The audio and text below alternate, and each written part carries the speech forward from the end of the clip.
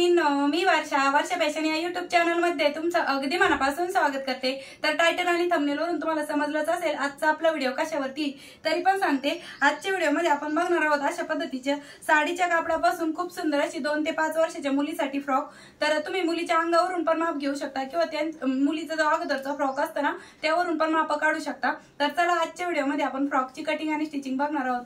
तर video useful आवडला तर लाईक करा, शेअर करा आणि असेच नवीन आणि युजफुल व्हिडिओ बघण्यासाठी आपल्या वर्षा फॅशन चॅनलला नक्की सबस्क्राइब करा। तर चला आता सुरुवात करूया आजच्या व्हिडिओला।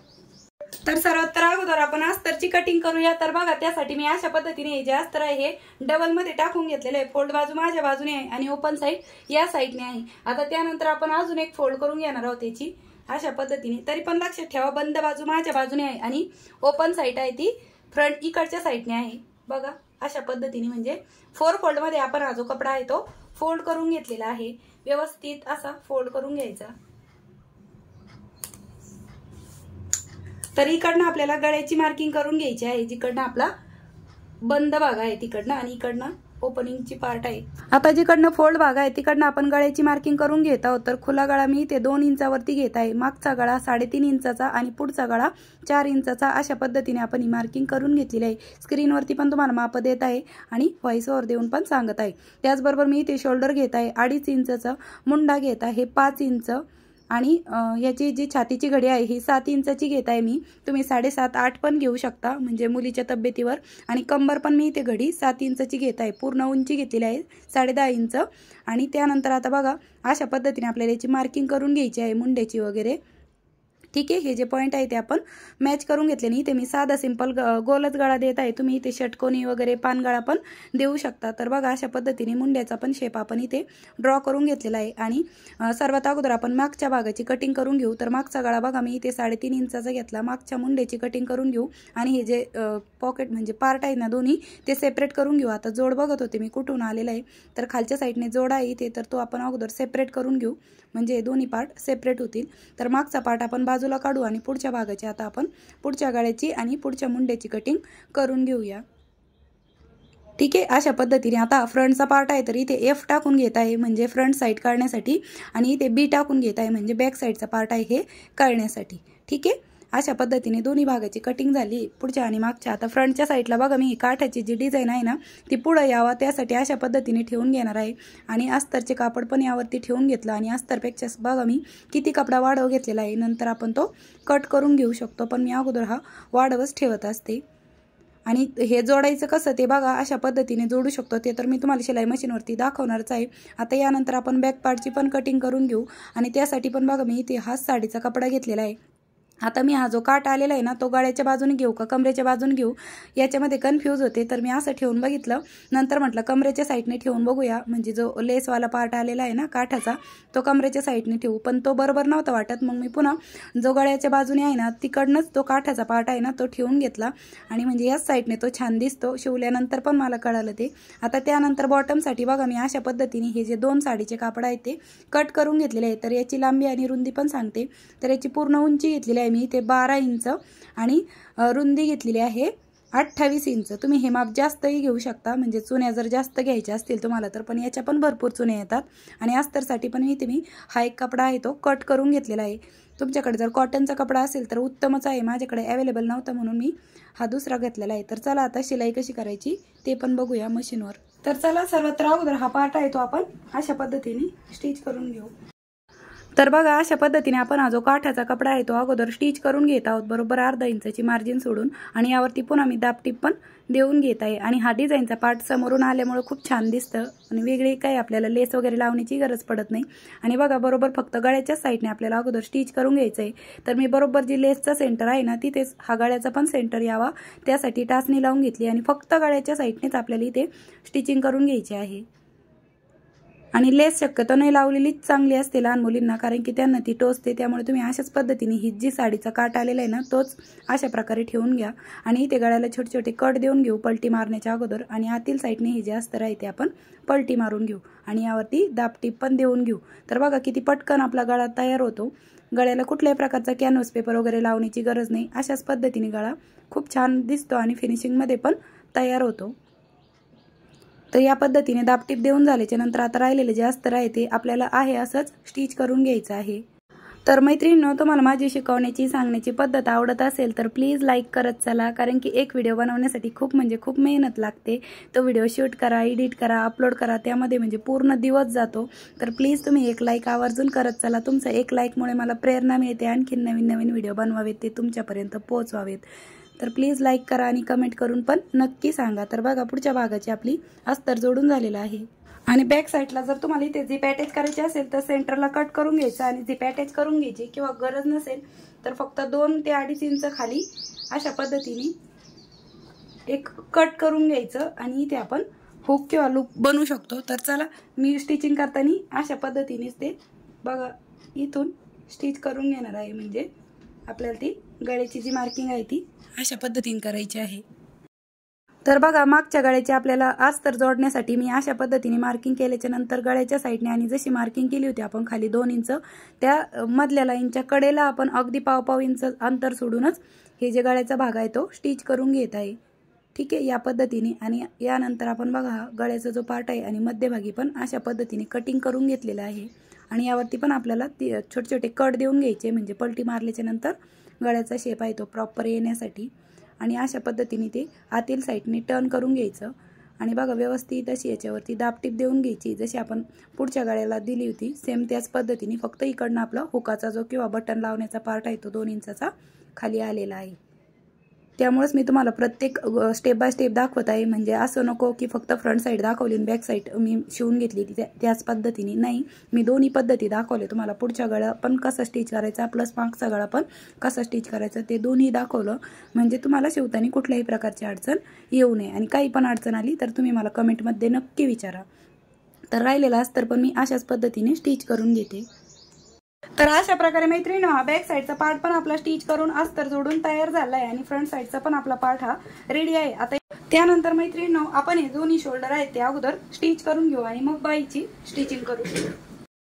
आणि शोल्डरवरती बघा मी अशा पद्धतीने डबल टिपा मारत आहे आणि लॉकची टिप पण देऊन घेत आहे, म्हणजे व्यवस्थित असं ते पक्क राहावं यासाठी। इकडच्या साईडने पण स्टिच केलं। बघा, दोन्ही साईडचे शोल्डर आपण जोडून घेतलेले आहे आणि बघा जोडल्याच्या नंतर ते अशा पद्धतीने दिसत आहे। इथे किंचितचा फरक आहे, तो मी कट करते। या साईडने पण थोडासा फरक आहे, तो मी कट करून घेतलेला आहे। तर बघा, अशा पद्धतीने आपले शोल्डर आहे ते जोडून झाले आणि एवढे याच्यामधून आपलं डोकं आरामात जाईल मुलीचं, कारण की इथे पण हुक दिली नसती जरी दिली तरी याच्यामधून पण डोकं गेलं असतं, पण तरी पण आपण इथे एक दिलेलं आहे। आता त्यानंतर बाईसाठी मी इथे काठाचाच कपडा घेतलेला आहे। काठाचा सरळच पट्टी आहे ती 2 स्ट्रिप कट करून घेतलेली आहे आणि जेवढी काठाची रुंदी आहे तेवढीच आपली बाईची लांबी असणार आहे। तर बघा, 5.5 इंचाची रुंदी आहे आणि लांबी मी इथे घेतलेली आहे 20.5 इंच। ठीक आहे, आता यानंतर आपल्याला ही कशी जोडायची ते सांगते। बघा, दोन्ही शोल्डर आपण अशा पद्धतीने ठेवून घेऊ आणि याला काय मी अगोदर मुंड्याचा वगैरे काहीच आकार दिलेला नाही आणि कडाने काट असल्यामुळे इथे काय आपल्याला डबल फोल्ड करण्याची पण गरज नाही, पण तुम्ही करून घेऊ शकता जर तुम्हाला आवश्यकता वाटत असेल तर। आता यानंतर आपल्याला या अशा पद्धतीने या साईडने एक टाचणी लावून घेऊ अगोदर। तर बाईला वगैरे आकार वगैरे काहीच दिलेला नाही मी, कारण की फुगा बाई आहे आणि अशी पण शिवली तरी पण ती एकदम व्यवस्थित दिसते पण आणि येते पण। आणि लास्टच्या पार्टला बघा मी टाचणी लावून घेतली। त्यानंतर आपल्याला अशा पद्धतीने थोड्या अंतरावरती, म्हणजे कडाने 1.5 ते 2 इंच अंतर सोडून मध्यभागी ह्या ज्या फ्रीला आहेत म्हणा किंवा चुन्या आहेत त्या पाडून घ्यायच्या आहे। बघा, सुरुवातीचा 1.5 ते 2 इंच अंतर सोडून मी ह्या ज्या प्लेट्स आहेत त्या पाडून घेत आहे। या पद्धतीने शोल्डरवरती एक प्लेट येते आणि शोल्डरच्या कडेकडेला 2 प्लेट, म्हणजे अशा टोटल 5 फ्रीला आहेत ते आपल्या इथे 5 चुन्या आहेत त्या पडलेल्या आहेत एवढ्या कापडाच्या। आणि लहान मुलीसाठी हा जो फुगा आहे ना तो पुष्कळ होतो, तुम्हाला दाखवते मी स्टिच झाल्यावरती। तर बघा, अशा पद्धतीने आपण या 5 ज्या चुन्या आहेत त्या पाडून घेतलेल्या आहे। आता याच पद्धतीने मी इकडच्या साईडने पण पाडून घेते, पण त्या अगोदर ह्या बाईवरती पुन्हा आपण डबल टिप देऊन घेऊ। डबल टिप दिल्यामुळे टिकते जास्त दिवस फ्रॉक। ठीक आहे, या पद्धतीने। तर चला, आता इकडच्या साईडने पण सेम ह्याच पद्धतीने आपण ही बाई स्टिच करून घेऊया। तर बघा, इकडनं पण मी अगोदर शेवटच्या बाजूला टाचणी लावून घेते आणि सुरुवातीला 1.5 ते 2 इंच अंतर सोडून देते आणि त्याच्यानंतर ह्या ज्या चुन्या आहेत ना त्या आपण पाडून घेऊ। तुम्हाला सांगितलं तसं शोल्डरवरती एक चुनी येते आणि शोल्डरच्या कडेकडेने 2 चुन्या येतात, एवढी लांबी घेतली तर तुम्ही कापडाची। तर अशा पद्धतीने आता यानंतर तुम्ही इथे बाईला इलास्टिक पण टाकू शकता किंवा मग जसे आपण इकडनं फ्रील पाडले ते आपल्याला इकडनं दिसतच आहे तर तशाच फ्रील आपण इकडनं पण पाडून घेऊया। आणि विरुद्ध दिशेने आपल्याला या प्लेट्स आहे त्या पाडून घ्यायच्या आहे। इकडची बघा अगोदरची त्या साईडने आहे आणि इकडची माझ्या साईडने आहे, म्हणजे विरुद्ध दिशेने आपण या ज्या फ्रील आहेत त्या पाडून घेतलेल्या आहेत, म्हणजे फुगा छान तयार होतो त्यासाठी।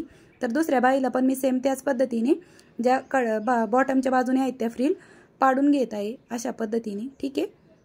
आणि त्यानंतर आता आपल्याला इथे बॉटमच्या साईडने एक पाइपिंग करून घ्यायची, तर त्यासाठी मी इथे ह्याच साडीचा कपडा घेत आहे। इथे साधारणतः आपल्याला 2 इंचाची स्ट्रीप लागणार आहे आणि ही सरळच पट्टी आपण कट करून घ्यायची आहे। इथे तिरपी पट्टीची काहीच गरज नाही आपल्याला। तर बघा अशा पद्धतीने मी सरळ पट्टी आहे ती कट करून घेतलेली आहे आणि ही जोडून पण घ्यायची आहे। उलट सुईचं मी चेक नव्हतं केलं त्यामुळे पुन्हा उसवलं आणि अशा पद्धतीने दोन्हीची राईट साईड समोरासमोर ठेवून स्टिच केलं, पुन्हा दाबटीप देऊन घेतली आणि बघा आतील साईडने आपण ही जी पट्टी आहे ती अगोदर ठेवून घेत आहोत। जसे आपण चुन्या पाडल्या ना सेम त्यावरतीच अर्धा इंचाची मार्जिन सोडून ही जी पट्टी आहे ती ठेवून घेतली, एक्स्ट्राची कट केली आणि वरच्या साईडने अशा पद्धतीने डबल फोल्ड करून घेतलेली आहे। म्हणजे खूप छान असा लुक येतो हा ड्रेस, एकदम रेडीमेड स्टाईल असा येतो।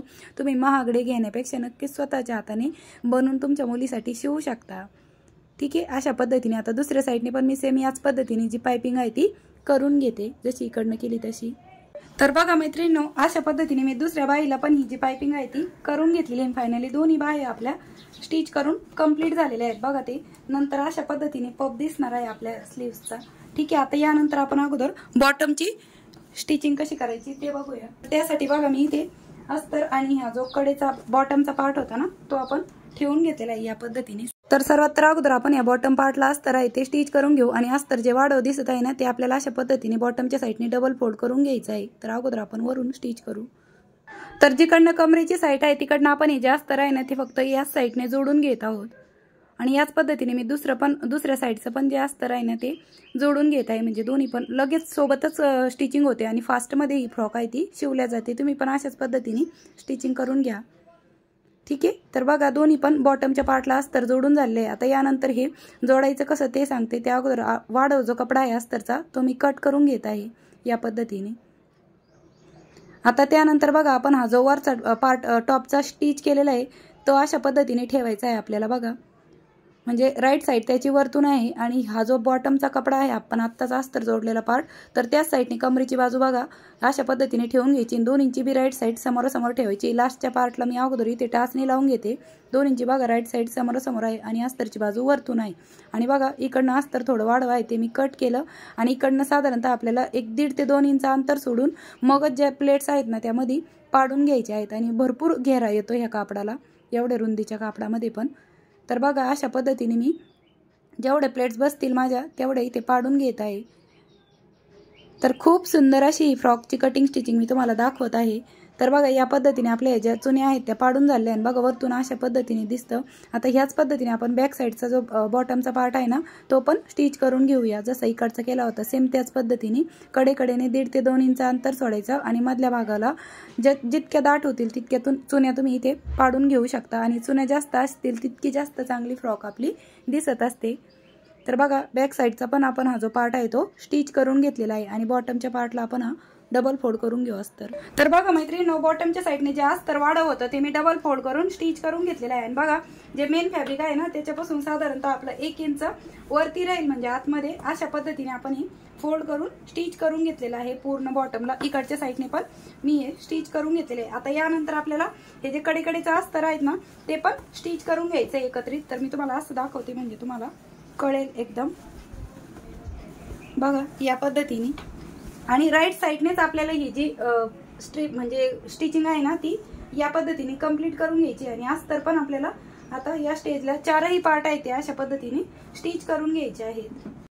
तर बघा म्हणजे हे जे स्टिचिंग आहे ना हे धागे वगैरे काहीच आतून दिसणार नाही, इनविजिबल अशी स्टिचिंग होती। तुम्ही बघा अशा पद्धतीने स्टिच करून बाहीपासून तर डायरेक्ट बॉटम पर्यंत मी वरच्या साईडने जो कडेचा पार्ट आहेत ना दोन्ही कडेचा पार्ट अशा पद्धतीने स्टिच करून घेत आहे बॉटम पर्यंत आणि एकदम स्टेप बाय स्टेप दाखवत आहे मैत्रिणींना तुम्हाला मी। आणि जो काही एक्स्ट्राचा फॅब्रिक असेल ना तो आपण कट करून घेऊ, थोडा मागे पुढे आहे आणि खालीवर आहे तो पार्ट, ठीक आहे। आणि याच पद्धतीने आपण इकडच्या साईडने पण स्टिच करून घेऊया, व्यवस्थित पकडायचं आहे आणि कुठेही खालीवर वगैरे झालेलं नाही। पूर्ण पार्ट आहे तो बाहीपासून तर बॉटम पर्यंत एकदम परफेक्ट असा आलेला आहे आणि इकडनं पण बघा आपण अशा पद्धतीने स्टिच करून घेत आहोत। आणि सगळ्यांच्याच घरी काही कुठे इंटरलॉकची मशीन नसते, त्यामुळे तुम्ही अशा पद्धतीने स्टिचिंग केली तर इंटरलॉकची पण गरज नाही. कडेकडेने धागे वगैरे निघत असतील त्या कापडासाठी तर तुम्ही नक्कीच अशाच पद्धतीने स्टिचिंग करायला पाहिजे. आणि बघा बॉटमला जे अस्तर वाढव होतं ना कडेच्या साईडला ते मी कट करून घेतलं या स्टेजलाच आणि अशा पद्धतीने स्टिच करून घेतलेला आहे हा कडेचा पार्ट पण बघा. आणि इकडनं जो बाईचा पार्ट जास्त आहे तो मी कट केला. आता त्यानंतर आपल्याला ही जी फ्रॉक आहे ती रॉंग साईडला टर्न करून घ्यायची, पण त्या अगोदर जास्तीचा कपडा आहे तो मी कट करून घेतला. आणि बघा अशा पद्धतीने आपल्याला हात घालून ही जी फ्रॉक आहे ती रॉंग साईडला टर्न करून घ्यायची. आणि बघा या दोन्ही कडेने आपल्याला पुन्हा आता दाबटीप देऊन घ्यायची आहे. ठीक आहे, या पद्धतीने म्हणजे बघा आतमधून कुठे आपले धागे निघणारा पार्ट दिसत नाही आणि एकदम प्रॉपर अशी फिनिशिंगमध्ये ही जी फ्रॉक आहे ती शिवल्या जाते. तर ही फ्रॉक 2 वर्षापासून तर 5 वर्षापर्यंतच्या मुलीसाठी आरामात येऊन जाईल. तसं तुम्हाला वाटलं तर थोडंफार तुम्ही मापामध्ये चेंजेस करू शकता. मी छातीची घडी 7 इंच घेतली होती, तिथे तुम्ही 8-9ची पण घेऊ शकता. आणि बॉटमची उंची मी 12 इंच घेतली होती, तिथे तुम्ही 13, 14, 15 पण घेऊ शकता. ठीक आहे, अशा पद्धतीने मी इकडनं दाबटीप देऊन घेतली. आता याच पद्धतीने आपण या साईडने पण दाबटीप देऊन घेऊया. तर चला ही दाबटीप देऊन झाल्याच्या नंतर दाखवते तुम्हाला. तर अशा प्रकारे मैत्रिणींनो मी दुसऱ्या साईडने पण स्टिचिंग करून घेतलेली आहे आणि यावरती मशीन मागे पुढे करत लॉकची टीप पण देऊन घेतलेली आहे. इथं बाईची गोलाई बरोबर आपली 5 इंच फिटिंगची राहिलेली आहे बघा अशा पद्धतीने. आता यानंतर आपण ही जी फ्रॉक आहे ती राईट साईडला टर्न करून घेऊया. अगदी प्रॉपर फिनिशिंग सहित आतून दिसत आहे बघा, म्हणजे टोचणार नाही मुलीला. आणि इथे पण आपण एखादी हुक किंवा बटन आणि काजा पण करून घेऊ शकतो. आणि बघा फायनली अशा पद्धतीने खूप सुंदर अशी आपली ही फ्रॉक आहे ती बनवून तयार झालेली आहे. आणि किती सुंदर बघा, हा पफ पण बघा किती सुंदर असा दिसत आहे, एकदम सुंदर झालेली आहे. आणि अगदी झटपट अशी शिवून मी तुम्हाला दाखवलेली आहे. त्यानंतर बॅक साईडने बघा मैत्रिणींनो मी अशा पद्धतीने एक शोचं बटन आहे ते स्टिच करून घेतलेलं आहे. तुम्ही याच्याऐवजी असं साधं बटन स्टिच केलं तरी पण चालेल, ज्याला 4 होल असतात. आणि त्यानंतर मी इकडच्या साईडने लावण्यासाठी अशा पद्धतीचं इलास्टिक घेतलेलं आहे. तुमच्याकडे जर इलास्टिक नसेल तर तुम्ही रबर घेऊ शकता डोक्याला लावण्याचं वगैरे. आणि ते बघा आपल्याला या साईडने समोरच्या साईडने अशा पद्धतीने स्टिच करून घ्यायचं, म्हणजे ते बटन आपल्याला याच्यामध्ये जे घालताना आहे ते अगदी इझिली होणार आहे. तर चला मी यावरती पण स्टिच करून घेते. तर अशा प्रकारे मैत्रिणींनो मी हे जे इलास्टिक आहे हे पण स्टिच करून घेतलेलं आहे. तुम्ही इथे नाडीचा पण वापर करू शकता, म्हणजे आपल्याला फक्त हे बटन अडकवण्यासाठीच बनवायचं आहे. तर बघा अशा पद्धतीने आपण हे बॅक साईडचं बटन आहे ते अडकवून घेतलेलं आहे. फायनली अशा पद्धतीने आपली ही जी फ्रॉक आहे ती बनवून कंप्लीट झालेली आहे. फायनल लुक बघा. तर बघा अगदी विकतच्या सारखीच दिसत आहे. आणि बघा किती सुंदर अशी फ्रॉक तयार झाली. बॅक साईडने पण हे जे बटन दिले आहे त्याच्यामुळे टोचणार पण नाही. आणि जी डिझाईन बघा मी बॅकच्या पार्टला वर घेतली होती त्याच्यामुळे पण खूप सुंदर अशी दिसत आहे. असं वाटतच नाही की आपण ही घरी शिवलेली, इतकी सुंदर दिसत आहे. आणि घातल्याच्या नंतर तर अजूनच छान दिसणार आहे. तर याची शिवून तयार उंची किती राहिलेली आहे ते सांगते. तर बघा 20.5 इंच याची पूर्ण उंची राहिलेली आहे. त्याचबरोबर छातीची रुंदी सांगते इथे मी 12 इंच राहिलेली आहे. ठीक आहे, जवळून पण दाखवते. आणि कंबर पण इथे आपल्याला राहिलेला आहे 12 इंच. आणि खूप सुंदर आहे. आणि फुगाबाईमुळे तर लुक पण अजूनच छान येतो. तर प्लीज लाईक करा जाता जाता व्हिडिओला. आणि बघा मी तुम्हाला एकदम जवळून पण दाखवते. असं वाटत पण नाही की आपण ही घरी स्टिच केली, अगदी रेडीमेड स्टाईल असा तिचा लुक आलेला आहे. तुम्ही नक्की ट्राय करू शकता. आणि कशी वाटली ते पण मला कमेंटमध्ये नक्की सांगा. ही 2 ते 5 वर्षापर्यंतच्या मुलीसाठी तुम्ही आरामात शिवू शकता. आणि तब्येत थोडीशी जर जास्त असेल तर तुम्ही एखादा 2 इंच वाढव पण घेऊ शकता तुमच्या सोयीनुसार, म्हणजे तुमच्या मुलीच्या मापानुसार. तर भेटूया पुन्हा नेक्स्ट व्हिडिओमध्ये. तोपर्यंत bye bye. Thanks for watching. Shri Swami Samarth. जय जिजाऊ, जय शिवराय.